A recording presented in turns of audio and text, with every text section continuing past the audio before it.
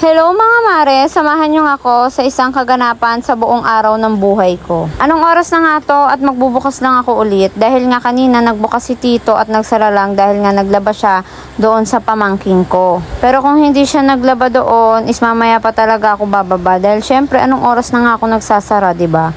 At anong oras na rin ako natutulog. Sasabihin na naman ng iba dyan, ang sarap ng buhay, tanghali na nagigising. Huwag niyo akong i-judge dahil hindi niyo nakikita yung buhay ko pag sarado na yung tindahan kung anong ginagawa ko sa buhay ko, no?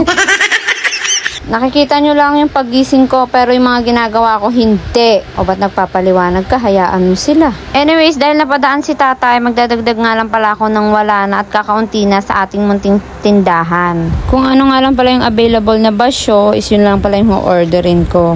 After nga nyan, umupo muna ako dito sa ating tindahan at nagantay ng mga bibili.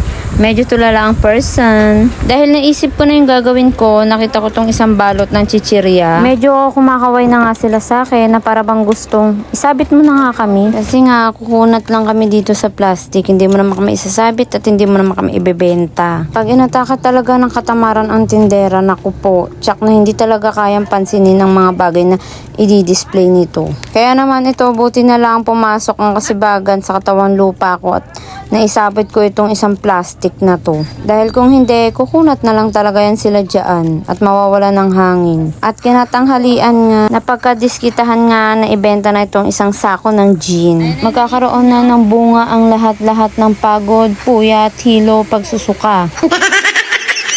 At least, worth it. Magbubunga ang lahat. So, ang tanong, nakamagkano naman kaya ang mga kaluluwa nitong ating mga marites? Aabot kaya ng pang isang set, pang pulutan, o pambili lamang ng yelo?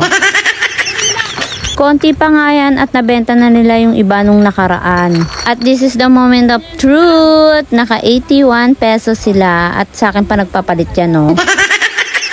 And finally, kinahaponan, eto na dumating na nga si tatay dahil marami nga daw siyang deliver, hapon na talaga siya makakarating. Sabi ko naman sa inyo, nagdagdag lang tayo ng iilang peraso para naman hindi tayo maubusan ng stock.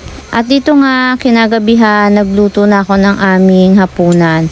At habang nga nagluluto, syempre nagtatakal tayo ng mantika dahil naubusan na naman nga tayo. Ganyan talaga ang isang tindera at isang nanay, ang daming ginagawa, hindi pwedeng iisa lamang. Bale, nagtatakal nga pala ako ng 10 pesos. Hindi na nga muna ako nagtatakal ng 5 pesos dahil medyo mahal nga yung mantika. Dahil nga pag nagtakal tayo ng 5 pesos, baka hindi na ito makaprito ng itlog. Pero marami pa rin talagang naghahanap ng 5 pesos dahil nga affordable lang yun. Baka nga sa susunod na ako gumawa ng